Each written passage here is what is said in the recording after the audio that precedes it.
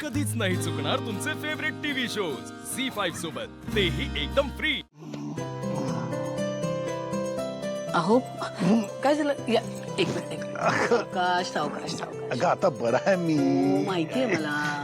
काही गरज नाहीये याची. ठीक आहे ना. अहो तुमचं पत्र आलं होतं. माझं पत्र चष्मा कोणाचं आहे? लिहिलंही नाहीये कोणी पाठवलंय ते. अहो पत्र ज्यांनी कोणी आणलं ना त्यांनी पत्रपेटीत टाकलंच नाही, वरती ठेवलं. आता वाऱ्याने उडालं असतं तर आपल्याला मिळालं पण नसतं, गहाळ झालं असतं. वेडी माणसं असतात कधी कधी काही. कोणी पाठवलं?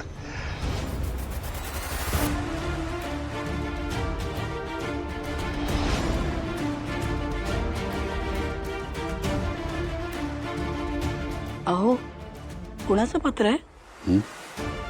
नाही मी म्हटलं पत्र कुणाचं आहे? पत्र हे ऑफिसचं हे पत्र आहे. हां, आज संध्याकाळी ऑफिसमध्ये खूप मोठा महत्त्वाचा कार्यक्रम आहे.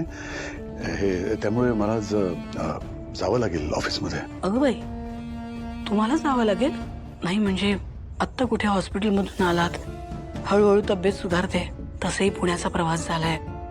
आता आज परत संध्याकाळी कार्यक्रमाला जाल, दगदग नाही का होणार? तुम्हाला आरामाची गरज आहे हो. हां तू म्हणतेस ते बरोबर आहे, कळतंय का मला, पण जावंच लागेल का? नाही पण म्हणजे सांगता येणार नाही का की कुणाला फोन करून वगैरे? त्यांना तब्येतीचं तर माहिती आहे ना.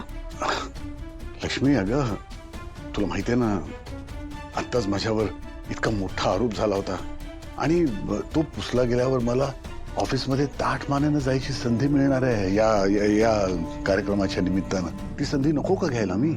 नाही नाही तुमचं बरोबर आहे, जायला हवं तुम्ही. फक्त तब्येतीला जपा इतकंच आहे. आणि हे बघ मी आता अगदी ठीक आहे. माझी तब्येत अगदी व्यवस्थित आहे, ठणठणीत. तू काळजी नको करूस. ठीक आहे. काय झालं, काही हवंय का? जरा मला पाणी देशील का? हे काय?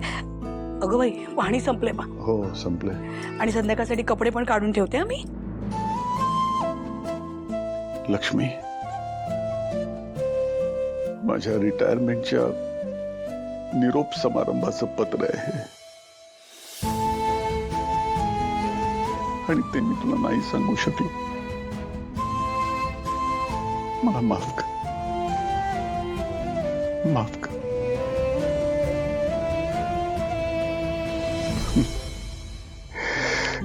खरं तर रिटायरमेंट, निरोप समारंभ म्हणजे माझ्यासारख्या नोकरी करणाऱ्या सामान्य मध्यमवर्गीय माणसाच्या आयुष्यातला खूप मोठा दिवस असतो का? आणि तेच मी तुझ्यापासून लपवलं. झी5 ॲप डाउनलोड करा आणि पहा सर्व एपिसोड्स एकदम फ्री.